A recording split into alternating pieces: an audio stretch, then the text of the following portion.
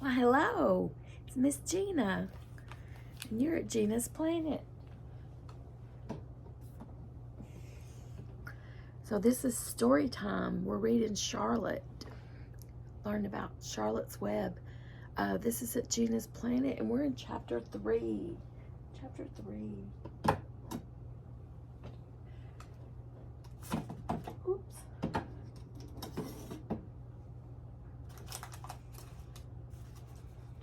My sweet friend gave me these pretty flowers.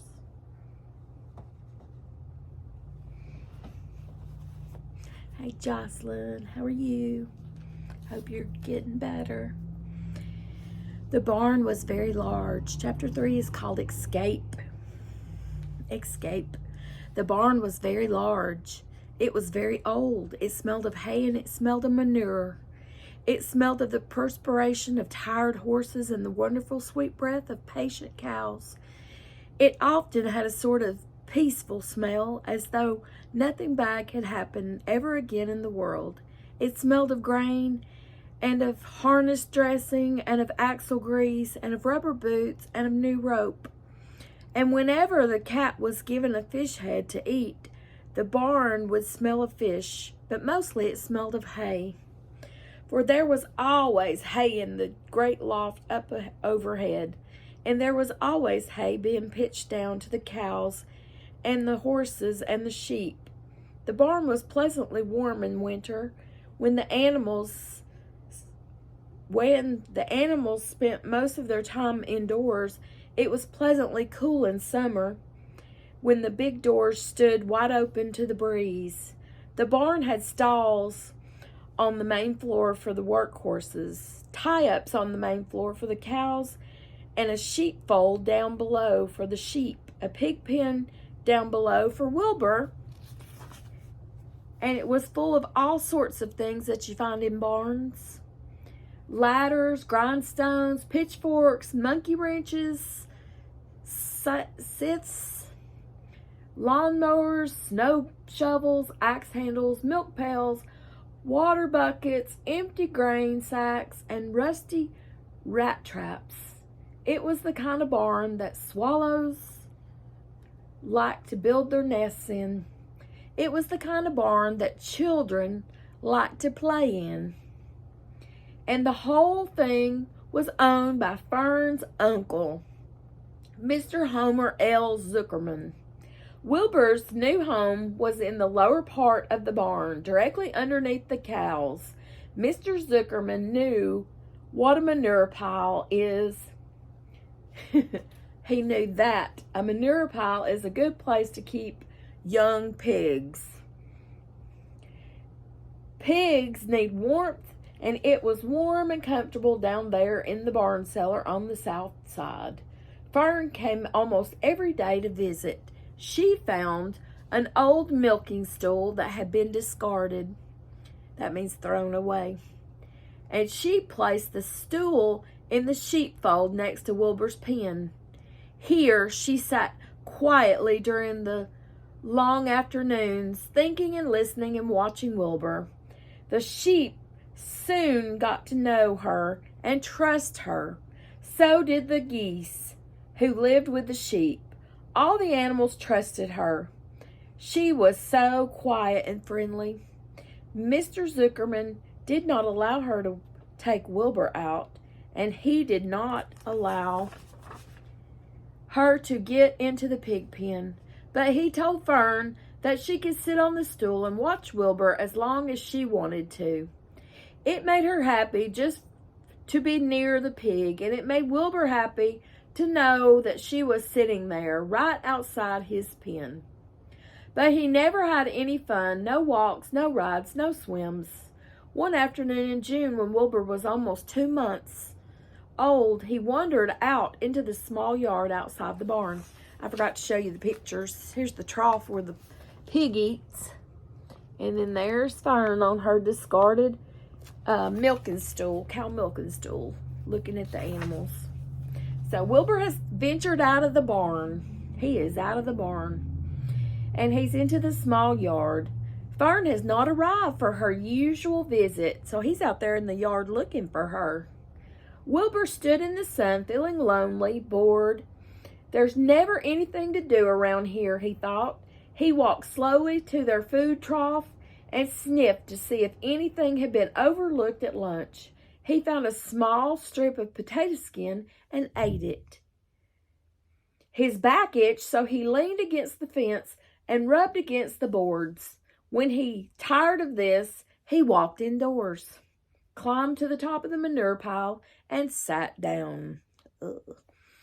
Kind of sounds gross. I'm less than 2 months old, and I'm tired of living, he said. He walked out of the yard again. When I'm out here, he said, there's no place to go but in. When I'm indoors, there's no place to go but out in the yard. That's where you're wrong, my friend, said a voice. Wilbur looked through the fence and saw the goose standing there. Some reason she's repetitive and she says things more than once. You don't have to stay in the dirty little yard, maybe 3 times, said the goose, who talked rather fast. One of the boards is loose. Push it. Push on it. Push on it. And come on out. What? Said Wilbur. Say it slower. At the risk of repeating myself, said the goose, I suggest that you come on out. It's wonderful out here. Did you say a board was loose? That I did, said the goose. Wilbur walked up to the fence and saw that the goose was right. One board was loose. He put his head down and shut his eyes and pushed. The board gave way. In a minute, he had squeezed through the fence and was standing in the long grass outside his yard. The goose chuckled. How does it feel to be free? He asked. I like it, said Wilbur. That is, I guess I like it. He doesn't even know if he likes it. He's guessing. Who guesses at liking stuff? You either like it or you don't like it. Like it? Don't like it? Just say so. He doesn't even know. Actually, Wilbur felt queer to be outside his fence. That means odd. With nothing between him and the big world, where do you think I'd better go? Anywhere you like, said the goose. Go down through the orchard, root up the sod, go down through the garden, dig up the radishes. Why not? Root up everything, eat grass, look for corn. Look for oats, run all over. Skip and dance, jump and prance, go down through the orchard and stroll in the woods. The world is a wonderful place when you're young. The world is a wonderful place when you're young. Indeed. I can see that, replied Wilbur. He gave a jump in the air, twirled, ran a few steps, stopped, looked all around, sniffed the smells of the afternoon, and then set off, walking down through the orchard, passing in the shade of an apple tree. He put his strong snout into the ground and began pushing, digging, and rooting. He felt very happy. He had plowed up quite a piece of ground before anyone noticed him. Mrs. Zuckerman was the first to see him. She saw him from the kitchen window, and she immediately shouted for the men. Homer, she cried. Pigs out! Larvae! Pigs out! Homer, larvae, pigs out! He's down there under the apple tree. Now the trouble starts, thought Wilbur. Now I'll catch it. He's going to be in trouble, he thinks. The goose heard the racket, and she too started hollering. Run, run, run! Downhill! Make for the woods, she shouted to Wilbur. They'll never catch you in the woods. The Cocker Spaniel heard the commotion, and he ran out from the barn to join the chase. Mr. Zuckerman heard, and he came out of the machine shed where he was mending a tool. He was fixing it. The hired man heard the noise and came up from the asparagus patch where he was pulling weeds. Everybody walked toward Wilbur, and Wilbur didn't know what to do. The woods seemed a long way off, and anyway, he had never been down there in the woods and wasn't sure he would like it. I don't know if he'll like it either. Get around behind him, Lurvy, said Mr. Zuckerman, and drive him towards the barn, and take it easy. Don't rush him. I'll go and get a bucket of slops. The news of Wilbur's escape spread rapidly among the animals on the place. Whenever any creature broke loose on Zuckerman's farm, the event was of great interest to the others. Do you think they all want to escape? Maybe. Oh. The goose shouted to the nearest cow that Wilbur was free, and soon all the cows knew. Then one of the cows told one of the sheep, and soon all the sheep knew. The lambs learned about it from their mothers. The horses in their stalls in the barn pricked up their ears when they heard the goose hollering, and soon the horses had caught on to what was happening. Wilbur's out, they said. Every animal stirred and lifted its head and became excited to know that one of his friends had got free and was no longer pinned up or tied fast. Wilbur didn't know what to do or which way to go. This is what it's like to be free, he thought. I believe I'd rather be pinned up in my own yard.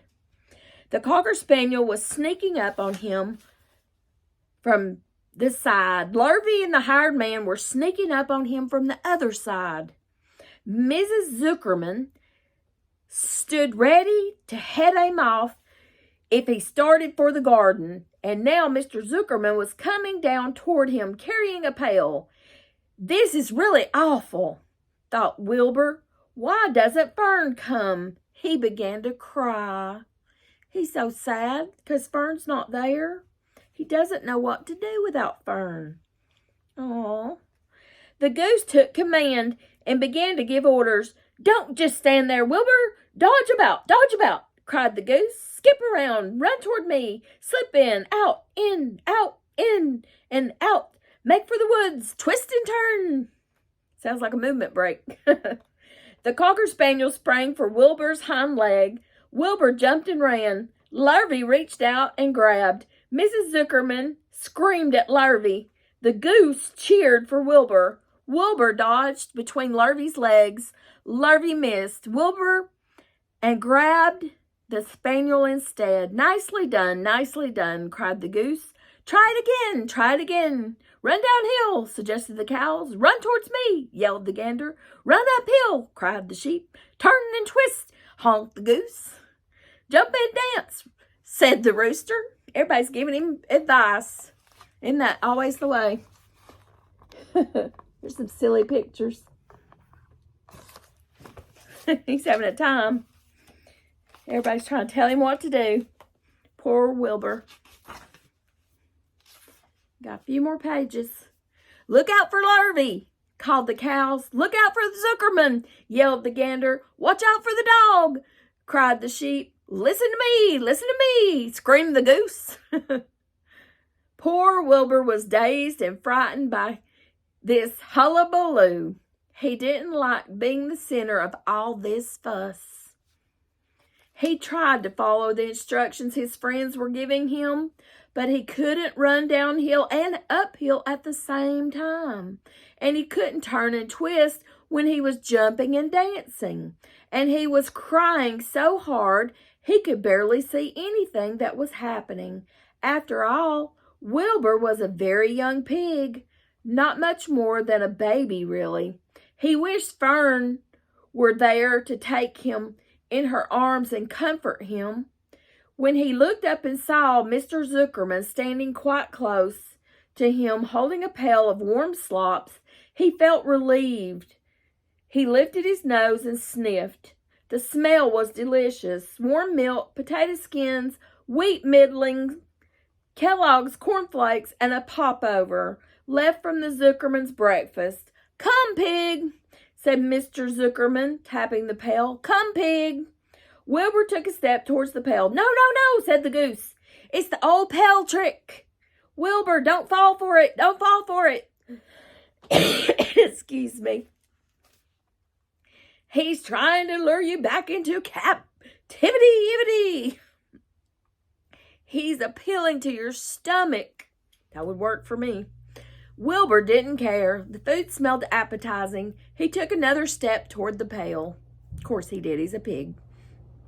Pig, pig, said Mr. Zuckerman in a kind voice, and began walking slowly toward the barnyard, looking all about him innocently as if he didn't know that a little white pig was following along behind him. You'll be sorry, sorry, sorry, called the goose.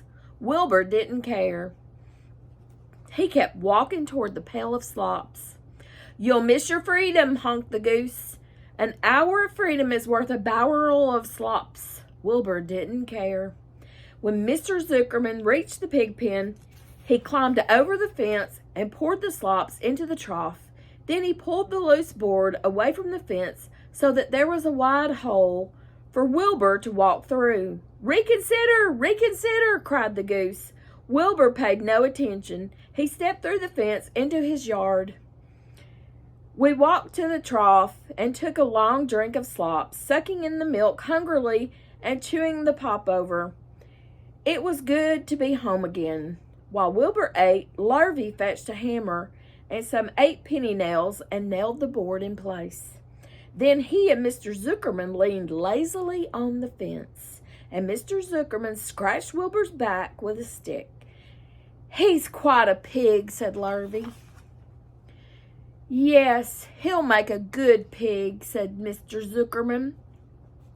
Wilbur heard the words of praise.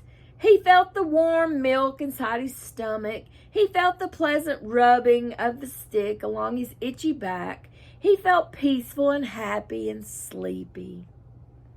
This had been a tiring afternoon. It was still only about 4 o'clock, but Wilbur was ready for bed. I'm really too young to go out into the world alone, he thought as he lay down. I hope you liked that story. Read more in 2024 and remember to grow your brain, and I'll see you next time. Bye-bye.